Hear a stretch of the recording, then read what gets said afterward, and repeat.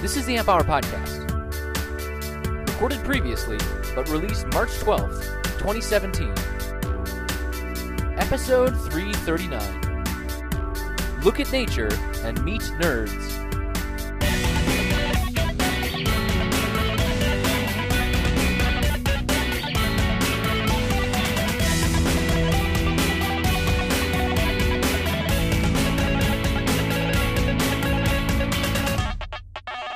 Welcome to the Amp Hour. I'm Dave Jones from the EEV blog. And I'm Chris Gamble of Contextual Electronics. Woohoo! It's less than a month before we meet, is it? Oh, yeah. Well, no, I was gonna, I was talking to people and I was like, me and Dave really haven't talked about it yet. I really hope he's going to be there. Right. I may not be. Yeah, right. Oh, Gosh, Chris is here. I'm so busy. I get so much stuff going on. It reminds me of the time that the Eric Quinn, I think. Oh, God. I'm going to be embarrassed if I forget. The Siglent CEO. Oh, yeah. Came out to meet me, and I got this. I'm in my lab, and I get this knock at the door. Yeah. And I had Sagan with me because I just picked him up from swimming or whatever. Yep. This was like school holidays or whatever. And this is the CEO, right? And this is the CEO of Siglent. Yeah. And said, I've come all the way to Australia to meet you. Shit. Oops. Can you go have a coffee or something while I take Sagan home? Right. And I felt so embarrassed. And yep. Anyway, well someone else was supposed to be now, teeing up the video. Someone else was teeing up the meeting, and they messaged me, but I didn't get it or something. So yep. Anyway, well, I got you here now. Yep. Well, I got the captive audience, cool. right? Yeah.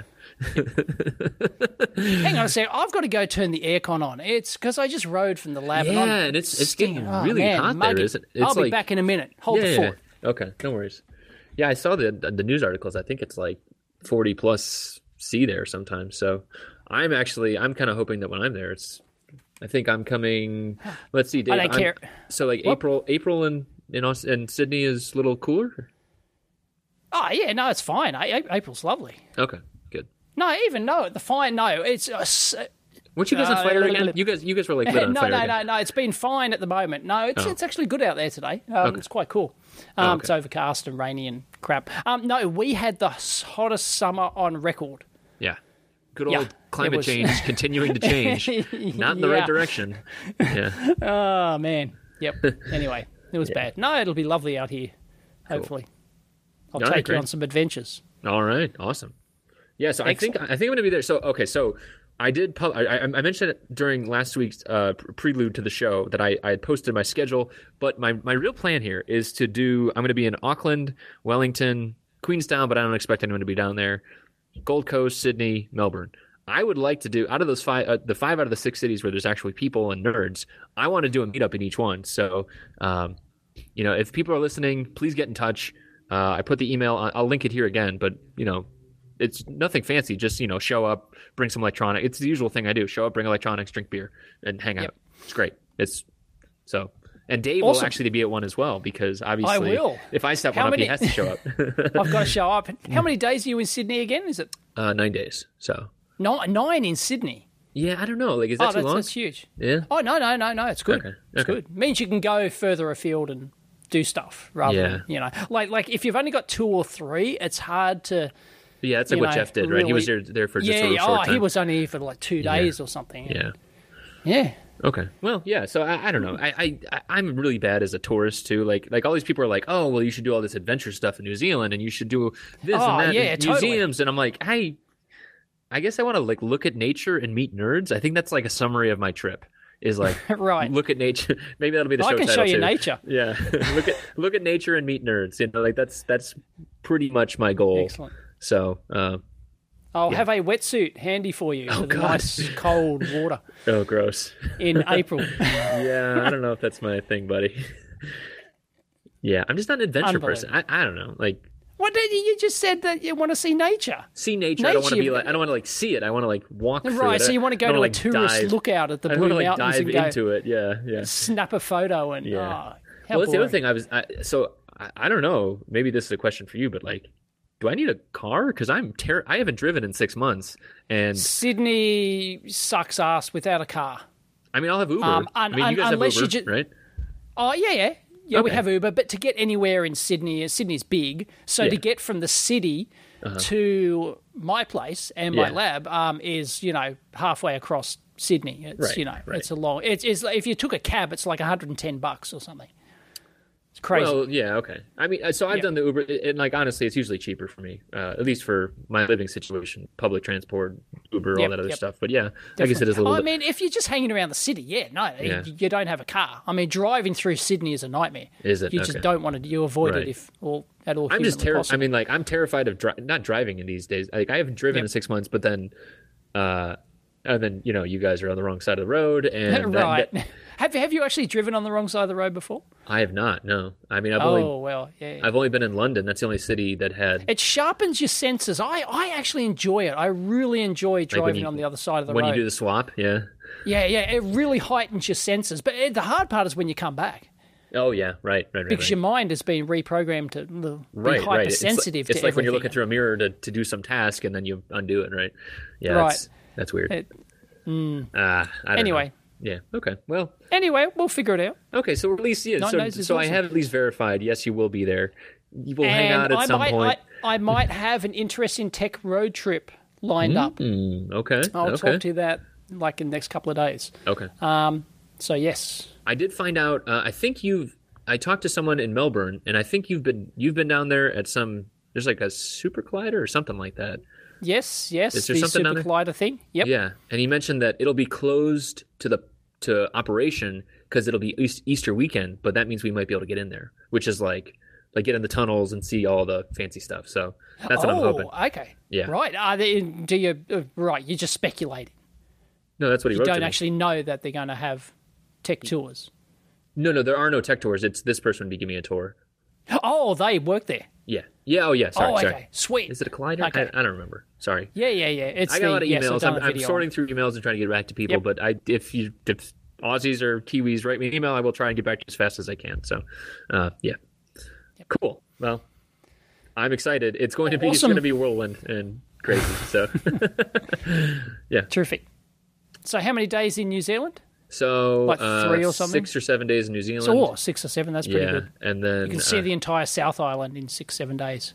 Yeah, but I'm going to see the other stuff. I mean, I'm going to see North, too. So, I don't know. I'm still kind of figuring out the... North and South, okay. Yeah. I don't know. But again, like, with the South stuff, too, it's like that... it seems like there's a lot of beautiful nature, but... Yep. Totally. You have to have a car to kind of, or like you need some way to get between New like the Zealand glacier. Is the place to do a driving tour. Yeah, right, exactly. And my buddy did that he said the biggest RV he could possibly rent. Right. He said he had like 2 or 3 centimeters on each side of the RV. Driving on these mountain roads. Ooh, on the wrong side of the road for him. Oh, and yeah. He said he was just like, he was on vacation. He was just like so stressed. He could barely walk after he got out of the car. No, I don't want that. I hate driving too. I mean, I hate being in a car. So right, okay, yeah. Oh well, you'll love the canyons and stuff we go to then. You're stuck with me and in a car. Yeah. Oh well, we'll make videos and sing-alongs. Don't worry about that. Right. And now a song about resistors. Weird Al Yankovic style. Right. We should try and get him to do a song about like resistors, an engineering song or something. Some sort of. I guess. I'll just have my people talk to his people. And, okay, that sounds good. Yeah. Make it happen. Yeah, you got an agent now. Yeah. Well, so right. You said you're super busy. What's going on with you, man?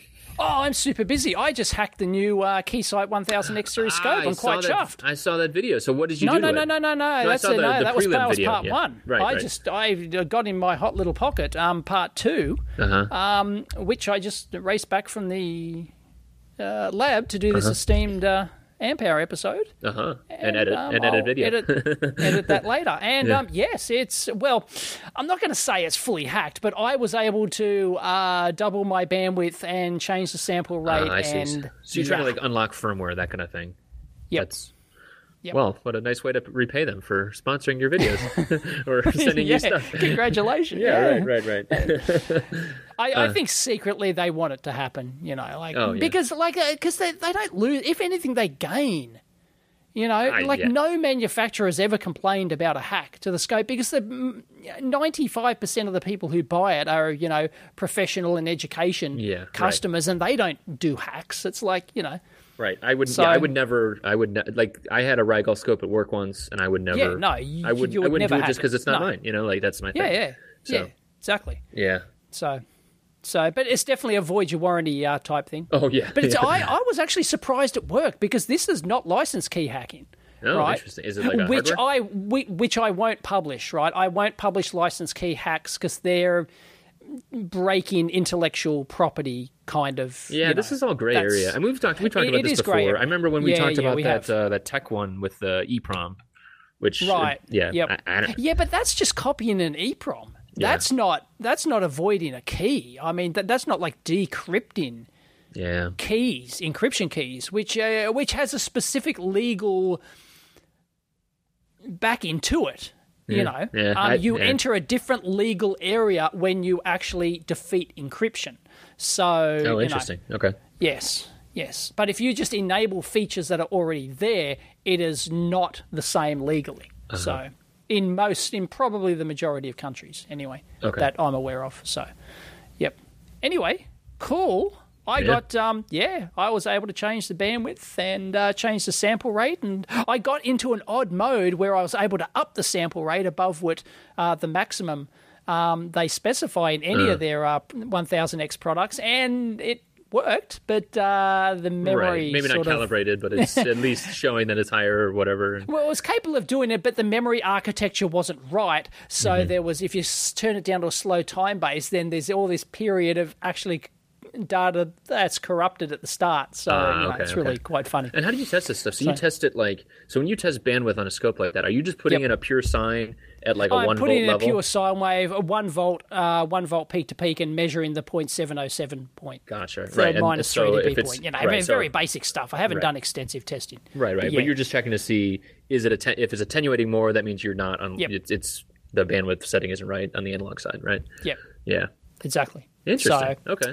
Well, that's good. I mean, it's a nice, quick, easy way to check, and that's a good tip for people listening. Oh, yeah. It's just definitely rough and ready. I haven't checked the pulse response or swept it over the whole range or whatever.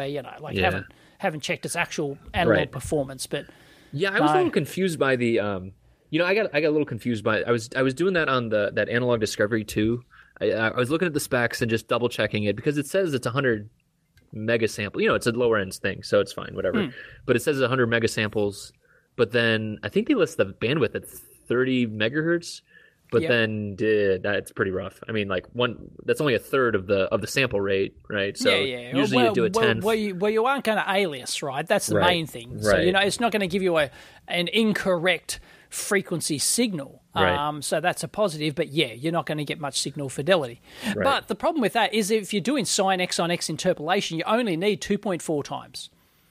If you actually go through the theory. You can prove this mathematically that you only need 2.4 times the bandwidth to reconstruct perfectly your input signal. Is this Shannon information theory stuff? I don't. Is it? No, I don't know.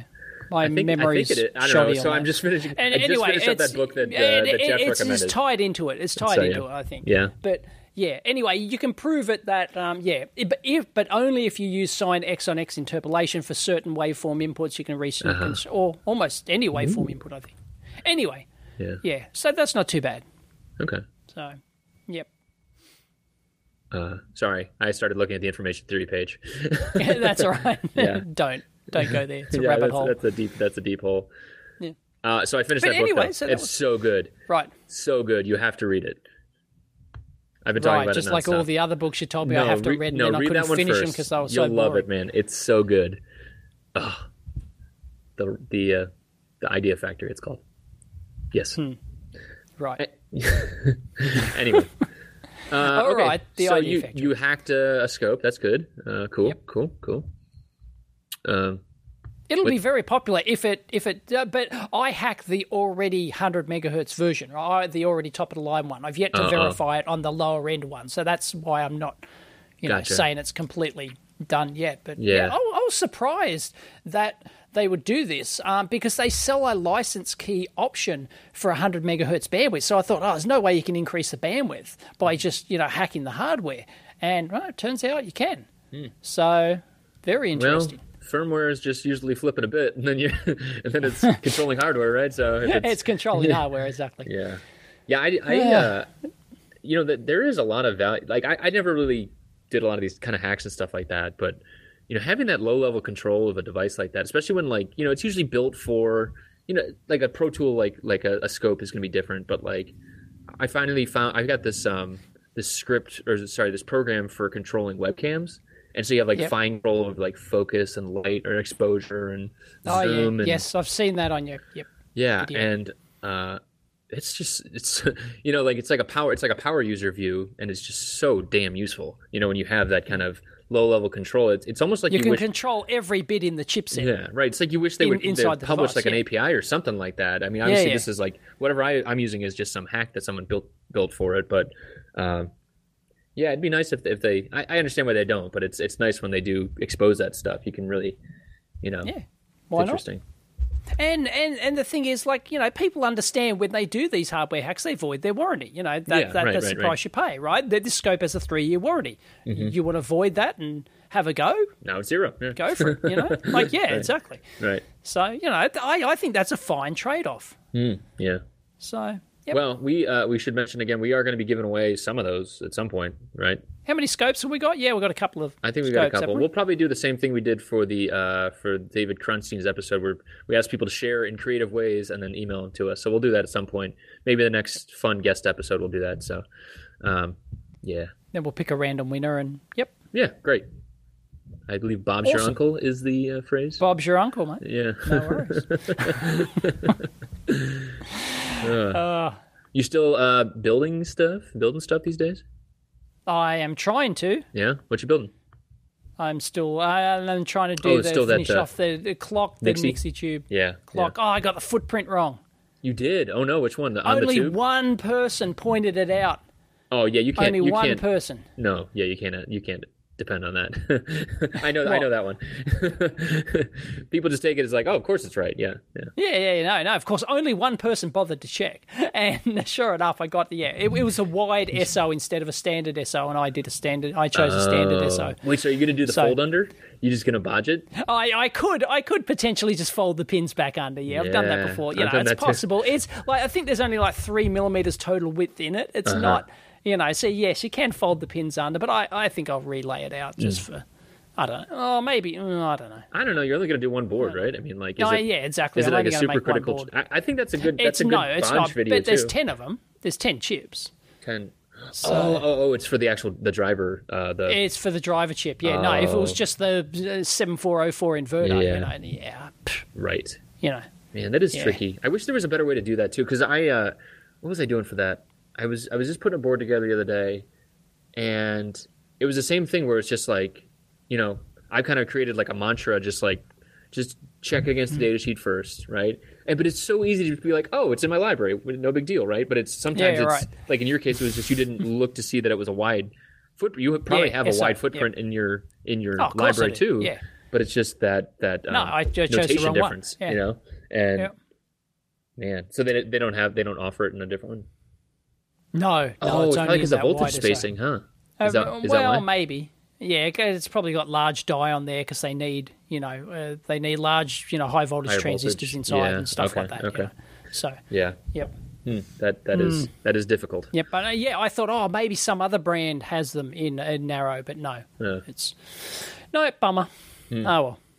Anyway. Fold them under, man. No big deal. Just try one, I guess. I guess you try one and then redo the board. Right. Yeah. Anyway, so try and do that. Try and do other stuff. I did my survey. I saw 10,000. Over 10,000 people responded. That's nuts. That's nuts. Do you think it's actually 10,000 individuals or no? Yeah. That was a long ass survey too. Oh yeah, but it only took a few minutes. People didn't complain really, and it was only limited to people with Google accounts too. It was? Oh, well. Because I'm doing a contest, so I don't want multiple people to reply so that they can game the. I started opening it first, and then and people were just creating multiple entries just to, you know, Yep. People suck sometimes. So anything fun pop out of it or no? Where are the results? You didn't post them yet, right? No, I haven't posted them, but I will. Here's the results. I mean, people may recall I've done lots of amp hour surveys in the past. Thank you to everyone who's ever taken a amp hour survey. They're great. They're very fascinating. Yeah, they are really absolutely fascinating. Right. Yeah. And I think 25% of my audience are Yanks. Oh, that's okay. 32% of people watch every single video I upload. That's kind of hard. That's self-reported, right? Oh yeah, of course. You know. Yes, but that's, you know, hey, it's data. I guess they say that they're at least very interested in watching. Yeah, that's good. 32. Yeah. Yep. You got some diehard fans there, man. Crazy people. So what is people really didn't like interviews. They didn't like the interview videos I've done. Well, you were experiencing something called the cult of personality. Right, yeah. Where you are the personality. Exactly. And so when you bring other people in, see, like whoever this is, you know, Frank. It's Frank. the Siglin CEO to tell me I'm downstairs, Hello. Good old Dave. Never remembers to turn off his phone. Oh, we can hear it. It's Mrs. EEV blog, I think. Was a telemarketer. Mrs. EEV blog as a telemarketer. You still have a landline in your office? How old are you? I still have a landline. Yep.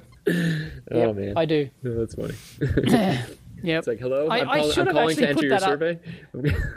I should have put it up to the mic, shouldn't I? Yeah, right. Anyway, I don't know if that bled through or not. But a little bit. You know, it sounded like a female voice. That's why I thought it was Mrs. It was a blog. Female voice, and I was like Kids Make-A-Wish Foundation or something. Oh, right. Hanging up on kids that need help, Dave. Right? No, we've got a professional show here today. Oh, professional. Yes, yes. I'm sure they get it all the time. Yeah. You know, it would have been a polite, you know, thanks, but no thanks. Right. You know. Yep. No, I hate cold call solicitation. Like I give to charity, I give to these types of charities, you know, but like just like the cold call thing, it's just like, oh. Yeah. Well, what you gonna do, man? Yep. Anyway. Yeah. So I finally got that board back. You remember I mentioned the CE header a while ago? Yep. Which my friend said I should change the name of, but I don't think I probably will. Meh. Yeah. That's fine. But yeah, it's a nice little breakout board. I did a little breakout for the Teensy, and I'm starting to make little sensor boards. So excited about that.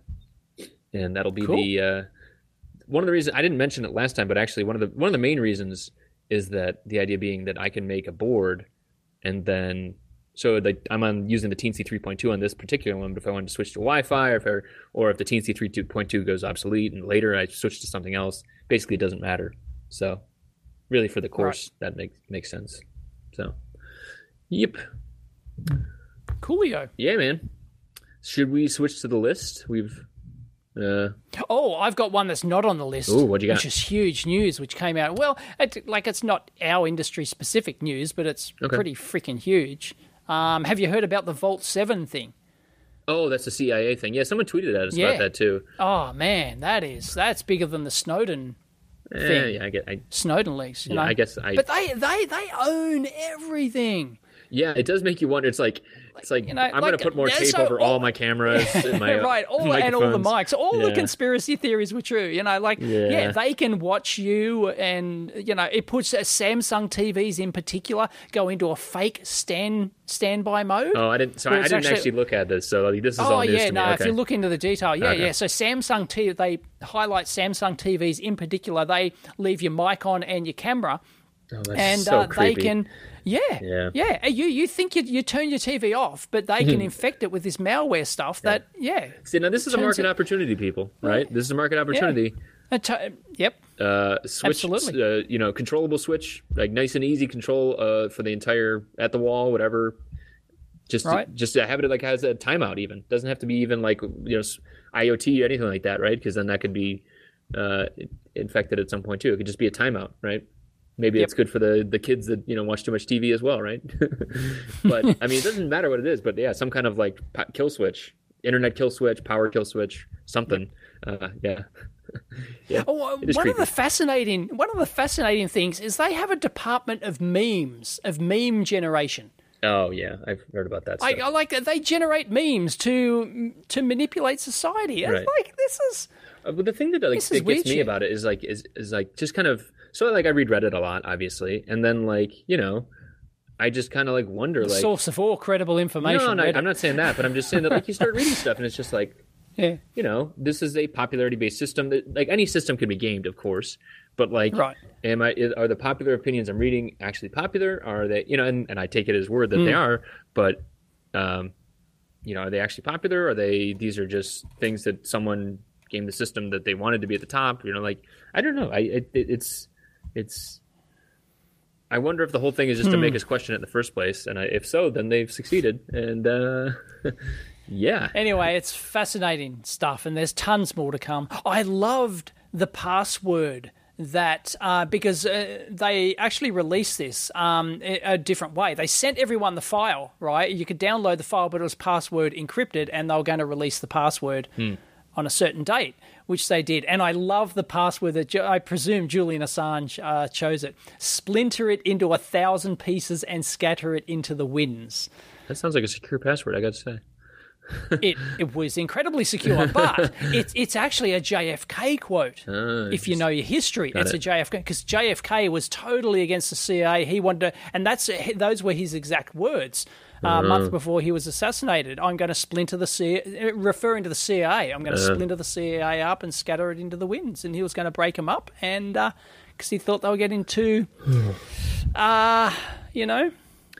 strange times we're living in here, Dave. A world unto themselves. Strange times. Strange times. It's great. You just don't want to get into this stuff. I find it fascinating. No. I honestly don't want to think about it most of the time. I'm like, it's great. Anyway, it just starts to get real deep, real fast. So. Sorry, I'm just excited. I just found that fascinating because I'm reading a book on JFK at the moment. So, oh yeah. Oh cool. Okay. Yep. So, anyway. Yes.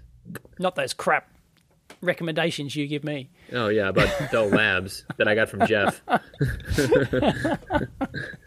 I'm more upset with myself. It took me 2.5 months to finish a 300-page book. Right. The odds say that you will, you'll give me a winner eventually. Oh right? Yeah. So, right, all I've got to do is keep reading them all, and one of them will be a winner, and then you'll go, see, I told you so. Yeah. Well, one of the links I even put on the thing for this week is about Claude Shannon, right? So the thing I mentioned earlier. Right, yeah. He built, what does it say? Flame-throwing trumpets and rocket-powered frisbees. He was like the original tinkerer. Not the original, but he was definitely a tinkerer. If you read about him, he's just like... Sweet. Yeah. He built like an automaton to play chess against him and stuff like that. Like, dude he just tinkered on everything. And even like information theory stuff. Once he did that, he didn't really do much else with it. Like, he lectured on it and got a lot of awards for it. But he just went back to his garage, and basically he had like carte blanche because it was such an important thing, that basically they... Hang on. Shannon built a chess automaton. Yeah. Is it in here? I don't even know if it's in here. Claude Shannon. Like, because Shannon's like, when was Shannon? 48. I mean, he was there 48 until like 80s, basically. I mean, he was... okay. Oh, right. Yeah. Okay, so fairly recent. Okay, sorry. I thought he was... no. I mean, Claude Shannon, he was part of the Bell Labs. Oh, he only died in 2001. Okay. Yeah, he was part of the early enclave at Bell Labs, but... Right, okay. Yeah, the Chess Master. His homemade electric automaton built in 1949. It was all built with tubes and stuff, too. It's fascinating. Sweet. Yeah. I will link that, too. So... Excellent. Yeah, there's like a whole site. Oh yeah, there's lots of stuff. Yeah, it's there. Wow. And it's just so many smart people there, and that's what's. Yeah, it was so many smart people. So yeah. See, that's now you want to read that book, don't you? I want to read his autobiography. He's got one, or his true. Yeah. No, I want to read about the man. I just don't want a couple of pages worth in your book. Yeah, I want the whole thing, the whole shebang. Thank you very much. Right. Anyway, what else have we got this week? Well, lots of stuff. RadioShack's gone bankrupt again, man. Who cares? Yeah, I never really expected them to ever come. They're not. I mean, if people think they're coming back, if they think that who's the kit company that people keep thinking it will come back? Heathkit. Heathkit's never coming back, folks. I'm sorry, it's not going to happen. RadioShack's dead.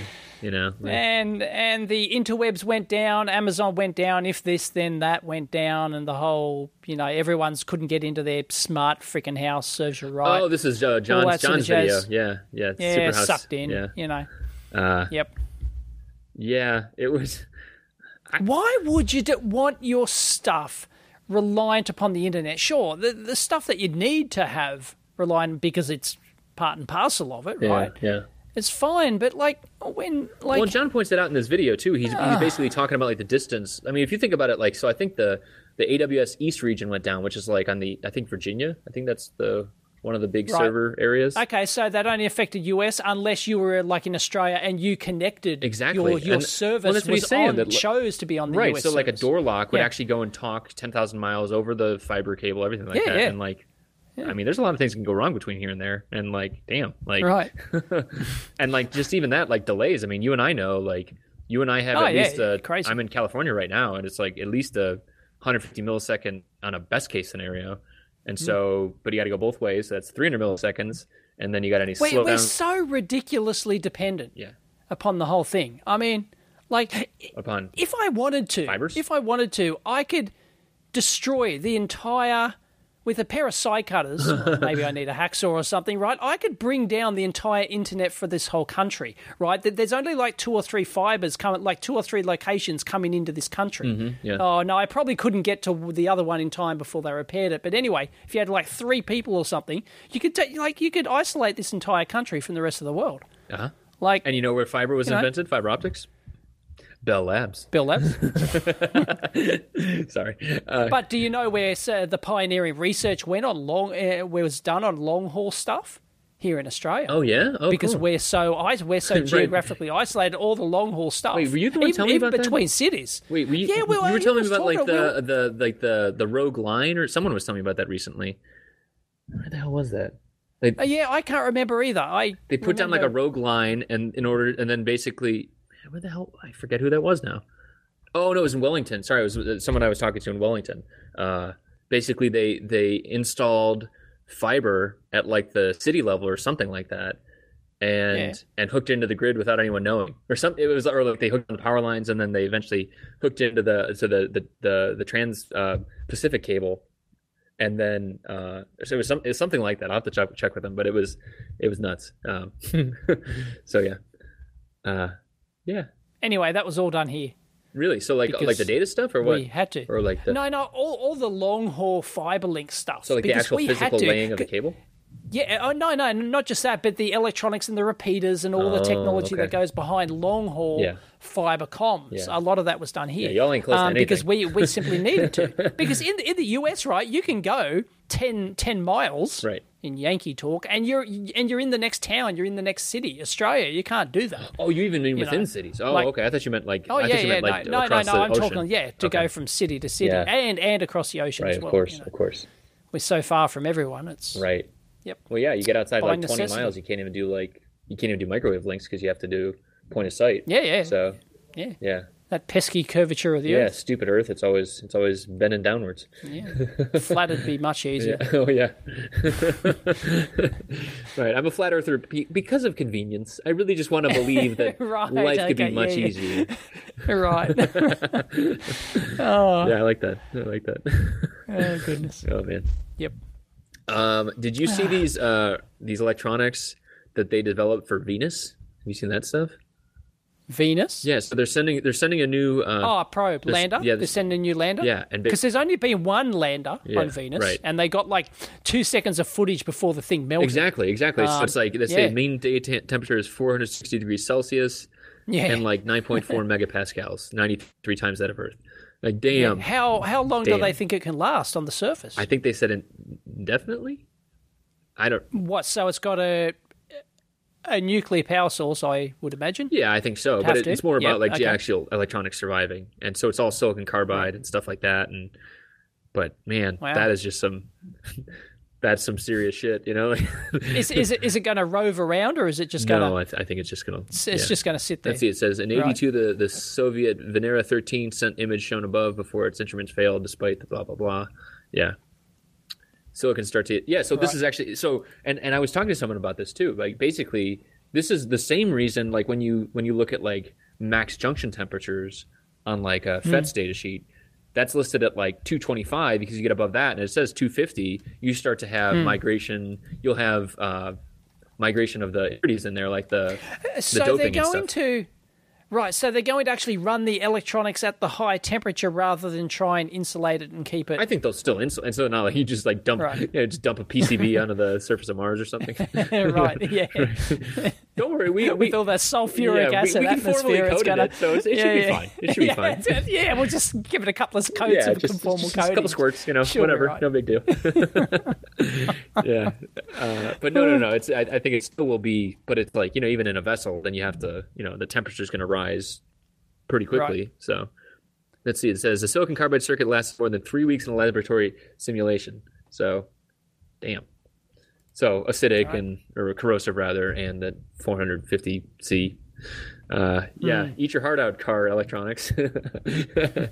Minus 40 is impressive to 125, but can I drive my car on Venus? They're going to do long-term atmospheric monitoring and stuff from there, because if they can't rove around, they can't do anything like that. Right. There's going to sit there and sample the atmosphere. It'll just hang down in there. Yep. Right. Because they've already got like surface photos. There's a couple of photos, from the really? The Venera probe. Yeah, so you know much more about the space history than I do, actually. Yep. So that's surface. I can't even imagine what it would be like on the It's really weird to me to think about Venus. It's flat. Well, where they landed last time, it's like a dry lake bed almost. It looks like a dry lake bed. But it's like filled with like ammonia or something. Oh well, it's a hard rocky type surface, or little like lava surface or whatever. So it's all like hard. Are we talking about Venus? So it's like probably Venus. I thought Venus was all gaseous. Am I thinking of the wrong planet? No. Only the outer planets are that. Anything past Mars is a gas planet. I thought Venus was too. Maybe I'm thinking of the atmosphere. The atmosphere is very like a greenhouse, right? Didn't you learn this in high school? Yeah, the inner planets are rocky, the outer planets are gas. Well, Venus first thing comes up, of course, is Venus.com, which is sexy styles for women's bathing suits. Not what I was looking for. But you'll go there anyway. No, yeah, right. Except Pluto, of course, is the real oddball. That was a massive surprise. That was so exciting. Poor Pluto. Poor Pluto. Yep. Poor Pluto. Pluto's freaking awesome. Yeah. Sister planet because it's similar size, mass, proximity, sun, bulk, composition. Okay. Yeah. I guess I always thought Venus, maybe because I'm thinking of the outer atmosphere being really thick. I guess I didn't. Venus is a twin to Earth, basically. Like Mars is, but Venus is uninhabitable. Right. I mean, just because of the it is the runaway greenhouse effect. Right. Venus is shrouded by an opaque layer of highly reflective clouds of sulfuric acid. Right, and that's why it's so light when sun bounces off it, and you can see it in the sky. It's like one of the brighter ones, right? Interesting. I learned something today, I guess. Yes, there you go. About something I should have learned in second grade. I probably did. Right. Let's be honest. I probably did. But it goes in one ear out the other. I've been drinking beer for a long time now. Long time, folks. Anyway, that's very cool. I love, because I have some background in that. Yeah, like extreme electronics, right? Yeah, extreme electronics at the bottom of the ocean. Yeah, and it's to get stuff to survive 2 kilometers underwater at that sort of pressure is really hard. Yeah. Did your stuff? Did it have like a coat? I mean, was it like encapsulated or was it cold? It was super cold, right? No, you basically rely on the outer cylinder to keep it, dry. So keep it dry, keep it not compressed. Well, you didn't have to keep it warm because it's down there at 0 degrees, which is fine, right? It's easy to get electronics to run at 0. Oh yeah, right. Right. So it wasn't a problem with the temperature, except when it went from extreme temperatures on the back deck of a boat, which can get to 60 degrees, and then you throw it in the ocean and it goes to 0. Right, but you can put it in like a bath to kind of bring it to temp and slowly cool it down. Well, you can, if you want it, you could. Right. That's a real bitch for your really accurate clocks and things like that. I see. Right. Big temperature extremes like that. Yeah. So anyway, Yeah, so really extreme, highly machined, highly engineered pressure vessels to, have these things survive. So what's next?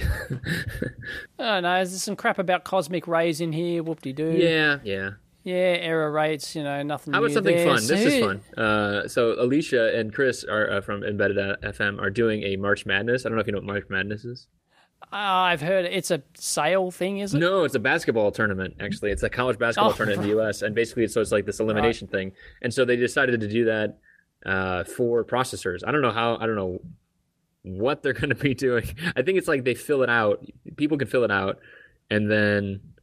So this is like a thing that they do a lot in the U.S. where people fill it out, and it's basically like a betting thing. You just kind of guess which teams are going to win for the real thing. Oh, right, yeah. And so I don't know how they're going to actually pick which wins here, but it's kind of an interesting look, look at all the different ones that are out there, right? So, highest performance per watt or something. Yeah, right. Exactly. Right. So the 4 categories are single board computers, embedded powerhouses, Internet of Things, and small but mighty.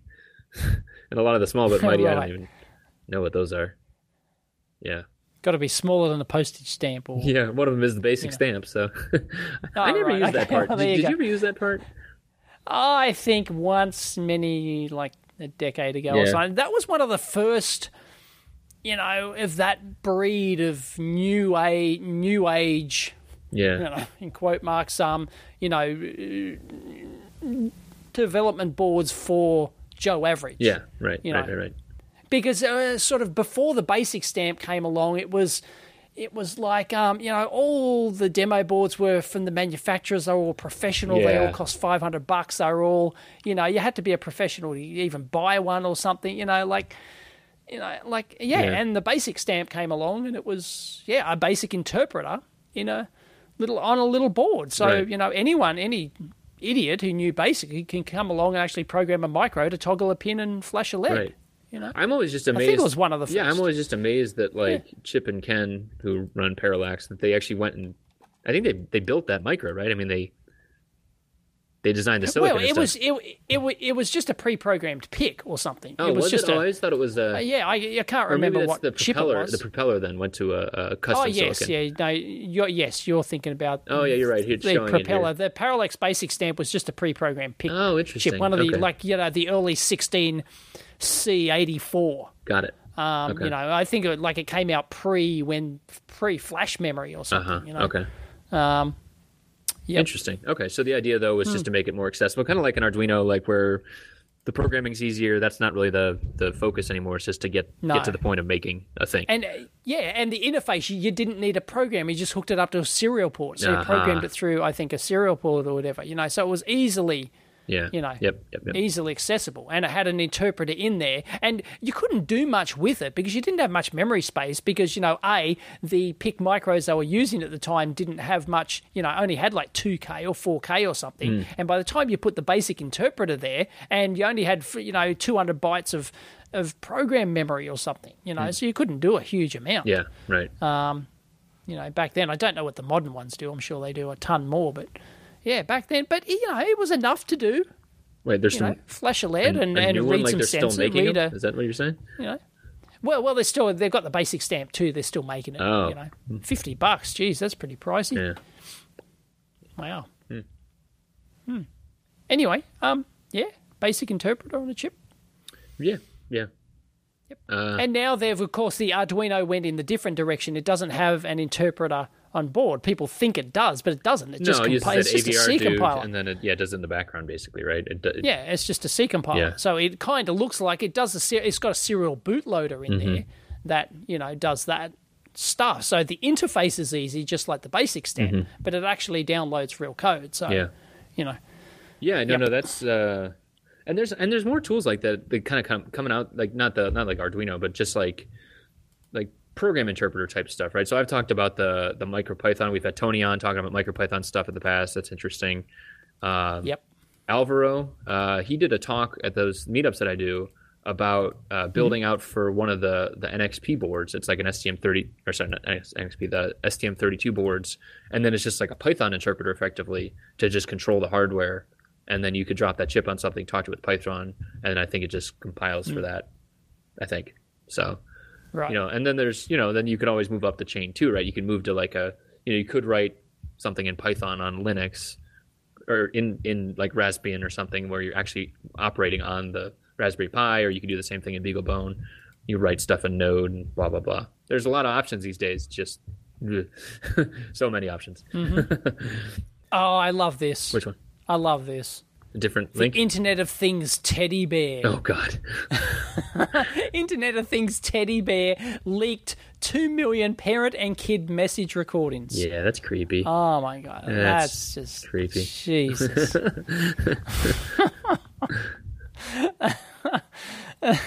Pretty cute looking Ted, but yeah. Cloud pets. I want off this rock, please. Has Elon done the, Right, yes. Has he figured that out yet? I'm on the first ship out of here. Yeah. Well, you just mean like why would they even bother in the first place? It's just I think stupid. It's just, I don't know. Like, I think it's just so easy to do that it's just a feature creep type thing, right? Where it's like, of course, why wouldn't people want to be able to see their kid from the internet? Yep. Not thinking that other people might want to see their kid from the internet too. So, yeah. I don't know. It's so bad. Hey, did you hear about... If you want to go to Mars, Dave, I'm just saying that eventually they're going to have a teddy bear that's on Mars so you can talk to your family back on Earth. Right. So, yeah. Right. So you got a familiar face to look at. Exactly, yeah. Talk to your teddy bear. Right, your telepresence teddy bear. Remember that thing? Right, yeah. The telepresence teddy bear we're going to do. Yeah. Oh, my God. Yeah. Anyway, did you hear that they could potentially make Mars almost habitable within years or decades by doing a magnetic field around Mars? I did have visions of Arnold dancing in my head with his eyes bugged out from Total Recall. With his eyes bugged out, And I didn't read about it. So what does it actually mean? Like, I don't get it. Well, they've run some climate, some planetary climate scientist or whoever, ran the numbers and said that if you could put a 1 or 2 Tesla magnetic field around Mars, it would change the climate in a matter of years, not hundreds of years, right? So, so that made the big headlines everywhere. We're going to terraform Mars in a couple of years. And it's like, has anyone actually figured out how to generate? That's a lot of... If you put all you've got to do is put a magnetic dipole somewhere or something, and I'm just imagining a big U magnet somewhere and be like, I know, oh, we're done now. We're cool. Why didn't we think Acme, of this sooner? Yeah, exactly. Yeah, one of those big Acme magnets. Exactly right. That is exactly what I have in my head. Yes. But it's fascinating, and I don't know why I believe that's the first time. Well, it's the first time I've heard of it anyway. I don't know if anyone's been talking about it before, but all they got to do now, Dave. Science the shit out of it. Science the shit out of it. Right. Because it's these order of magnitude, several orders of magnitude, different ideas that make several orders of magnitude difference in the results. Because regular terraforming, it takes hundreds of years, right? I never understood that was a real thing. I mean, my idea of terraforming is it's real. Is from. What's it called? Yeah, Total Recall. No, not Total Recall. Firefly. Firefly, may it rest in peace.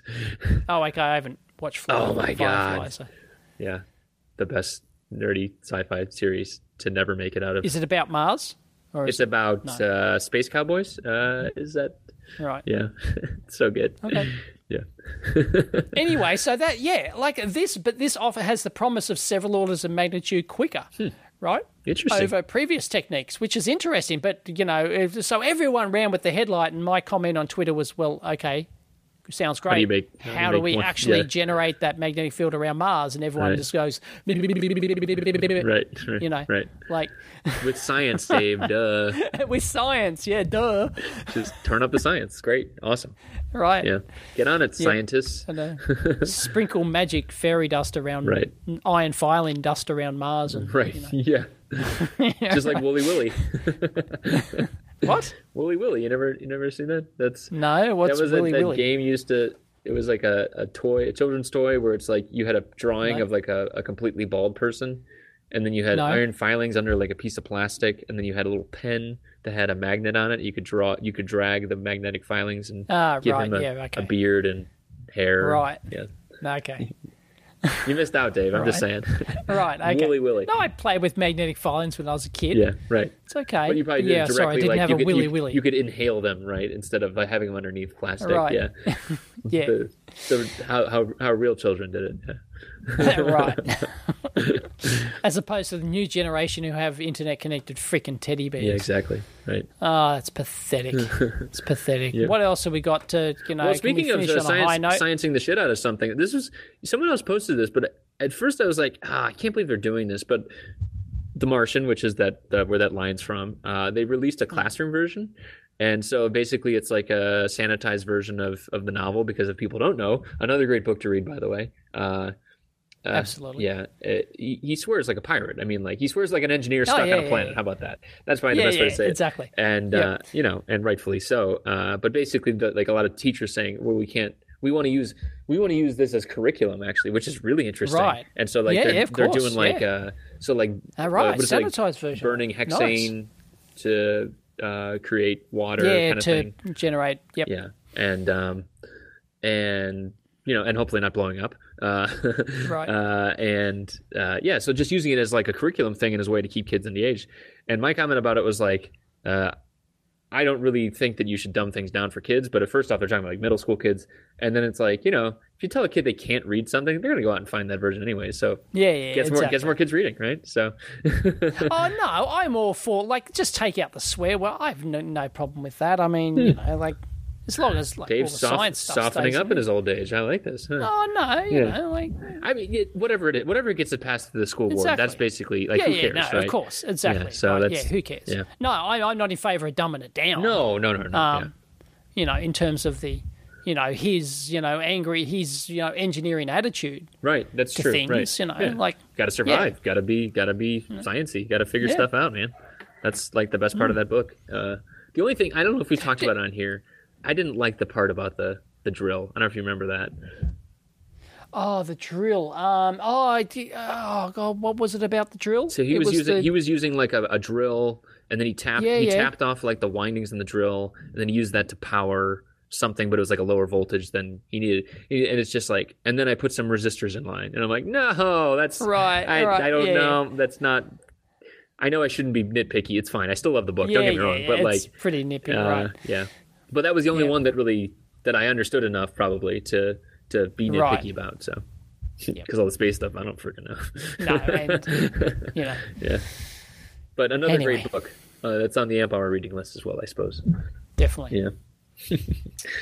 Did they ever release like an extended DVD, like an extended cut of that? Of the movie? Yeah, because I don't have the Blu-ray version. Was there an extended cut? I didn't see it. Yeah, because they left a lot out of the movie too, unfortunately. But I don't know if they actually shot it. Yeah. Whether or not they shot extra material or not, or whether or not it was just like the actual script was cut. Oh yeah, because they left out tons of stuff. Yeah. So I don't know. I'll have to get the Blu-ray. Yeah, man, party. Cool. Yeah. So what else is on here? Boy, we got a lot of links on here. I didn't read this one. Nothing, because we're almost out of time. The almost 6 times higher than actual energy consumption. The energy meters. Did you see that one? Oh yeah, the energy meters. A lot of people probably asking you about that. To that. Yeah. Because of the piss poor power factor of modern electronic products, and they don't have any power factor correction in them.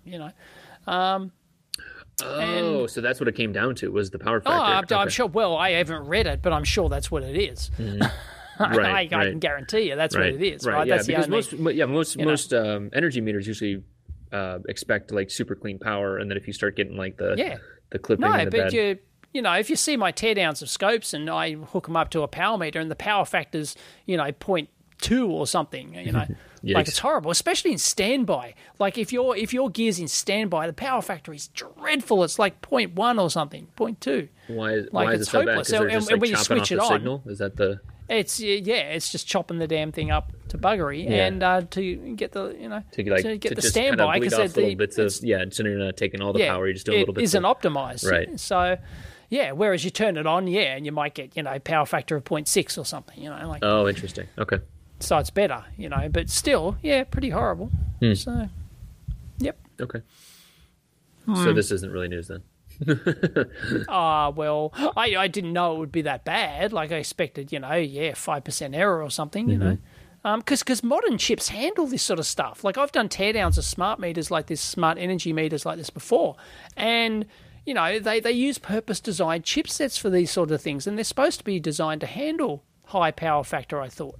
So I don't know where the issue's creeping in, whether they're just, cheap-ass one-hung low-brand meters, although I suspect you wouldn't be able to get into that market if you were, cheap-ass one-hung low company. Right. Yeah. Right? Because you need type approvals and, all sorts of things to be, stored in people's houses. So it's not something you can just sell to your, Joe average consumer on eBay. So, anyway. Okay, so I have one last discussion point. Maybe good for us here, because since we're kind of talking about industrial stuff too, like talking about power monitoring, stuff like that. I saw a breakout on Tindy today. It was just screw terminal breakouts for Raspberry Pi, and I thought it was interesting because it's just like literally like you could hook. It almost looked like misleading, because it's like I see terminal blocks and I'm like, oh, like it's probably higher power, I can do more current, whatever, but it just hooked it directly to the pins, the breakout pins of the 40-pin header. And then which goes straight to the Broadcom chip, which basically means you're hanging, a somewhat sensitive 3.3 volt pin to the rest of the world. And I always think it's worthwhile to talk about, like, well, so the main thing I see is like, so I have students, and I also have, just what's new here? I'm sorry, this is every man his dog does this. Don't do this. That's a bad thing. Yeah, I know. Right. Okay. Well, right. So the discussion for if you're going to make a breakout board, at least put silk screen on there that tells you that warning, Will Robinson. No. This is a 3.3 volt. Right. No, my discussion here point was going to be like, how would we change things in terms of like, if you're going to hang something in the world, right? Like, so I would usually end up. Well, you get one of those rugged Arduinos or whatever. You know, there's like ruggedized industrial versions of the Arduino, for example. Right. Well, I always tell people, I'm like, look, just put it on a different power domain. Put a follower out. If you're going to do an output, say it's only an output. Put a FET between your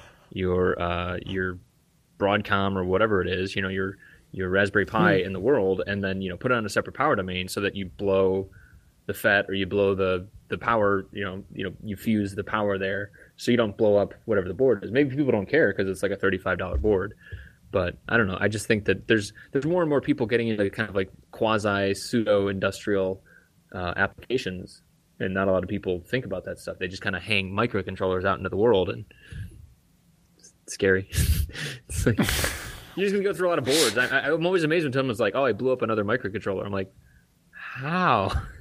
I don't know. No, this is not doing it for you? This is not noteworthy in any way, shape, or form. I don't know why you're bringing it up at all. I'm sorry. I just think it's a discussion point for like what else you can do to protect your circuits. But I guess Dave already knows all this stuff. Well, if you want to discuss specific protection measures, then that's that's an interesting topic, but people can blow up their micros by hooking shit straight up to the pin. Yeah. Oh, yeah. No, that's not news. I'm just saying that, like, no, it's more about, like, what do you do about it then, Like, that's the kind of thing of, like... Right. So... Or you're just sick of seeing so many breakout boards with zero protection on them, is that? Yeah, I mean... It finally got to you, and he snapped. It's not that I'm snapping, Dave. It's that I know that a lot of our listeners are getting started, right? And it's just...